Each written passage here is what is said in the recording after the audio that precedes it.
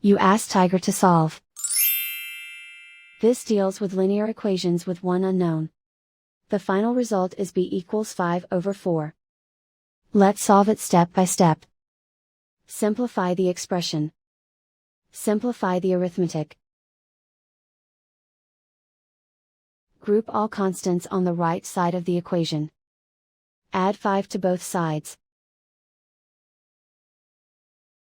Simplify the arithmetic.